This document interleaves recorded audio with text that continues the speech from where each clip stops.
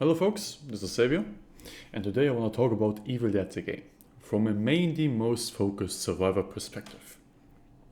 For anybody out there who never played the game or doesn't know what it is, Evil Dead the game is a survival game, or a 4-player survival game against a one demon killer in the Evil Dead franchise. To compare it, I always say that Dead by Daylight is a good example because of the similarities. You have your 4 survivors has to escape, and you have your one killer who tries to kill you, and so on, so on, so on. And here it's just the case survivors can defend themselves against the evil forces.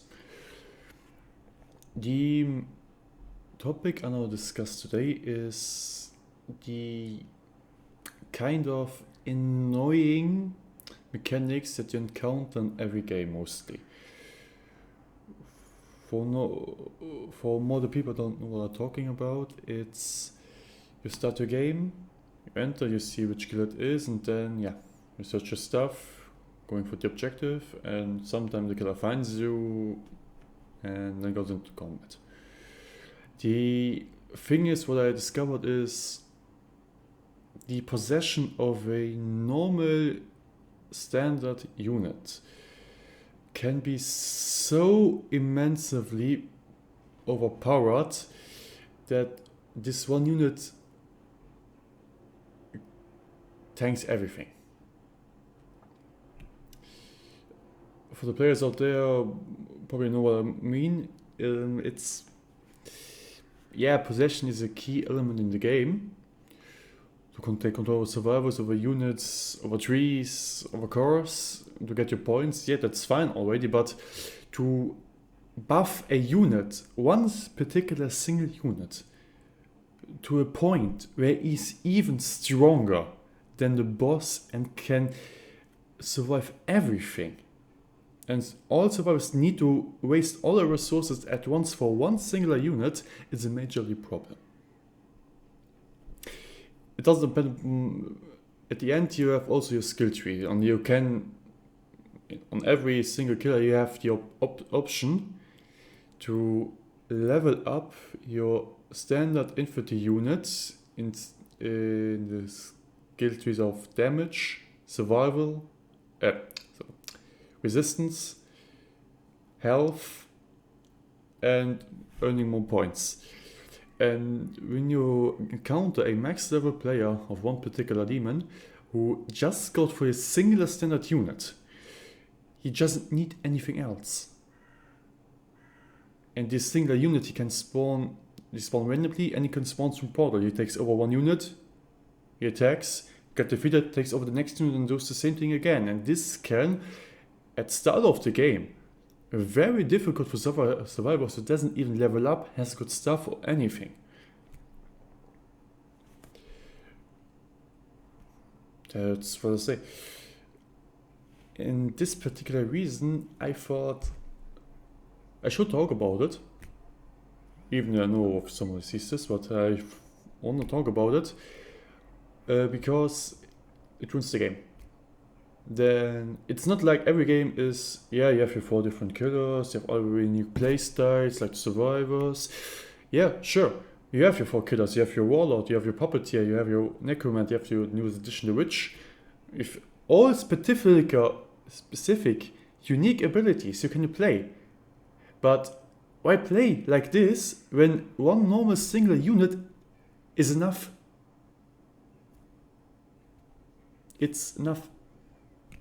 You don't need a necromant with an army of undead skeletons when one little spear unit can pick you to death like this. Same goes with the witch. Why going for a big pot of delivery sausage when you can use your, I call it General Grievous like skeleton with this spin attack and kills you in 3-4 hits. It's like this. What I would say is, well, I think you can improve, maybe nerf the possession or change it in the skill tree that you can't go longer buff this unit to the immense god level.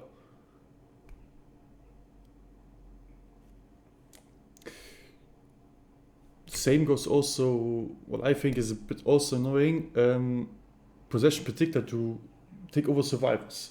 Yeah, it's good, I see the reason, it's funny, it's also game changing on some moments, but most of the part it's also a bit hardcore. Like if you play a range characters mainly focus on range weapons. He does the most damage of range with guns.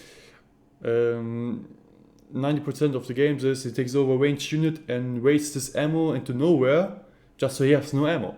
And for a round where you don't have a good weapon, like I said, you have a normal double-barreled shotgun, a white one, not even blue. Okay, when you have ammo, it's okay, you can at least deal damage when you level up, but if he always goes for you, and he wastes your ammo, then is this unit, this character is quasi out of the game, can nothing do, can nothing sit there and die. And what I think could be a nice addition if you get possession by a unit and you try to waste the unit, you don't lose your ammo, you keep it.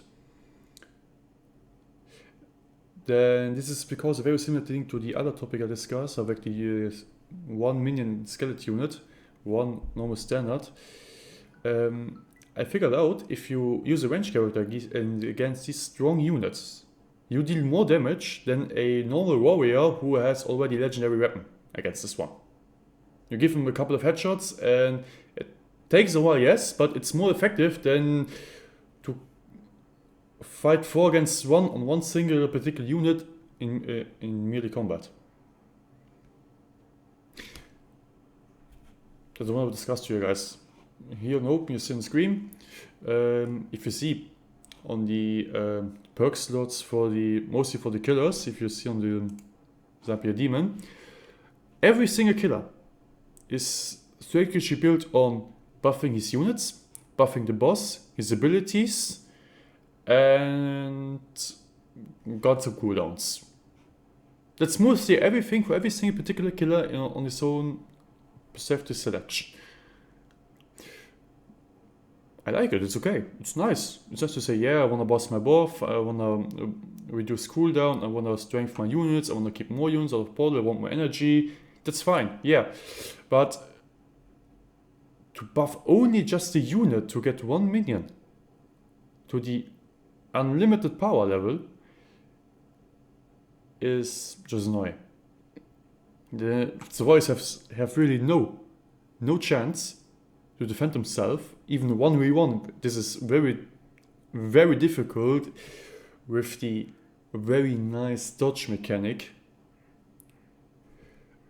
to even stand a chance. Let's say you have a survivor, you have just spawned, you have nothing, you have no weapon, no gun, no melee, nothing, just some loot, and the killer finds him immediately. He takes over his one overpower unit and spams you to death. What do you want to do? Nothing. Because you can't even defend yourself because it's useless. Yeah. Alright, maybe I'll reach someone with this. I hope so. Or not. I'm still trying. I will try also to update more on the killer survivor side and the killer side, and give some balance tips and quotes. If you want to watch me, I'm on Twitch. And then we'll see you in the next one. Huh?